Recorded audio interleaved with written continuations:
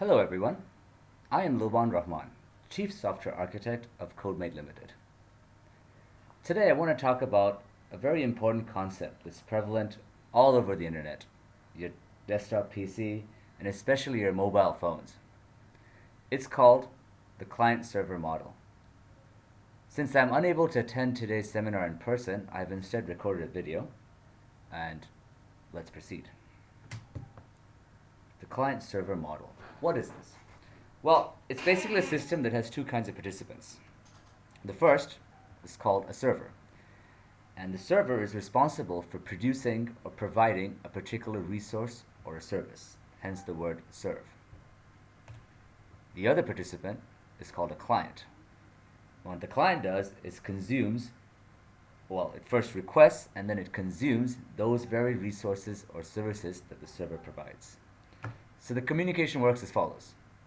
You have the client first make a request to the server.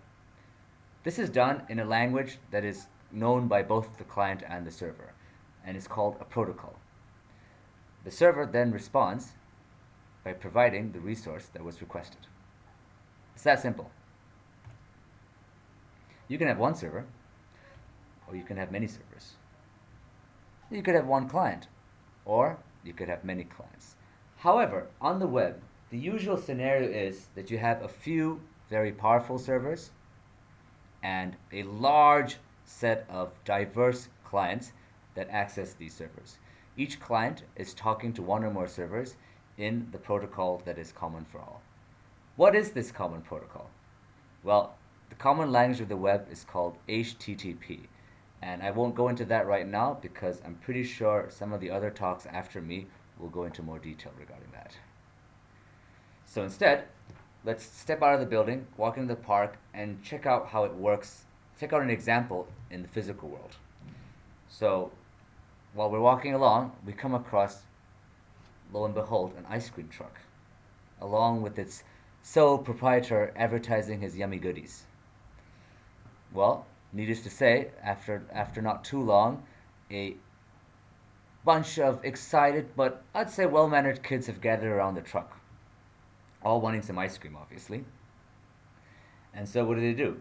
One by one, they come up to the nice ice cream lady, who apparently used to be an ice cream man just a few slides ago, but oh well, and requests a particular ice cream flavor that she wants.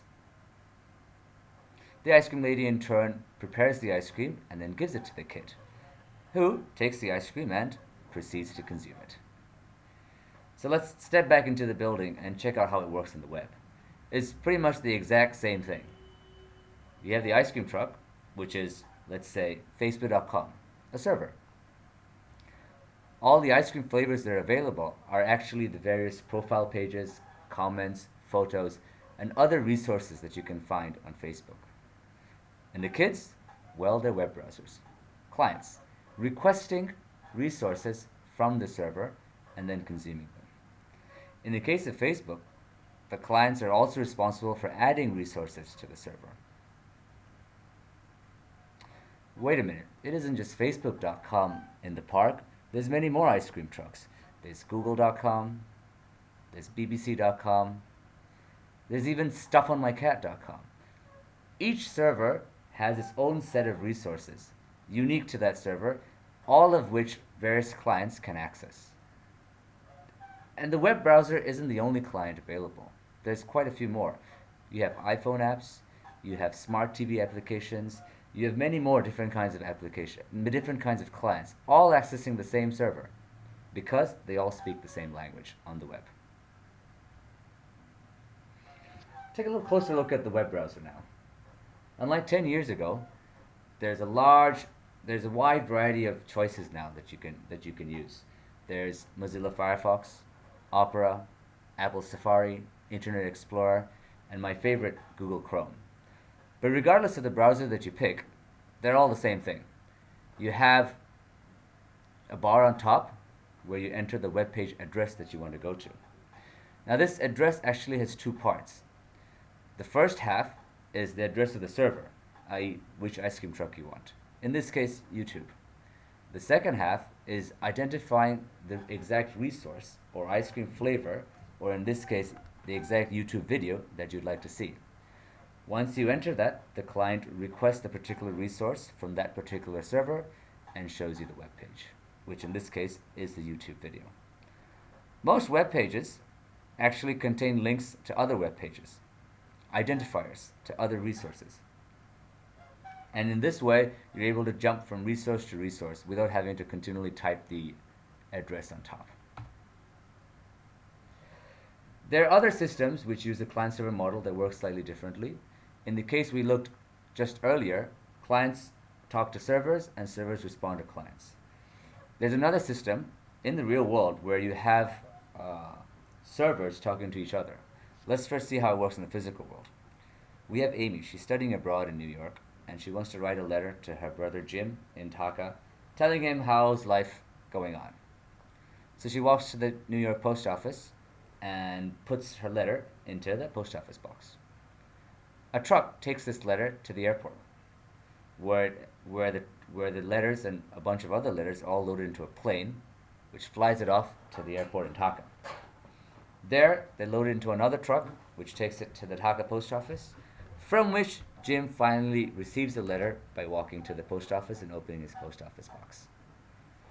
Well, when we go back to the web, it's again eerily similar. We have Amy working on an email client on our laptop, sending an email with her address, to and from address, to the Gmail server that she connects to.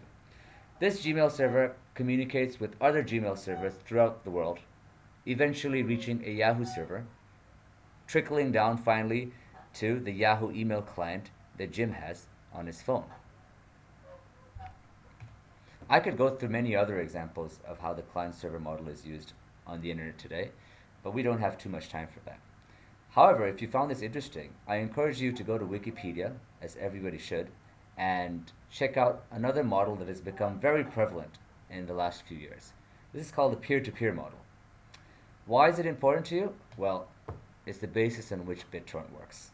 And since I'm pretty sure you all use that, you might be interested in finding out how this model works. It's not a client-server model. Anyway, that's all the time I have for today. I hope you enjoyed my little talk, and I hope you enjoy all the other talks for the rest of the seminar. I'm Loban.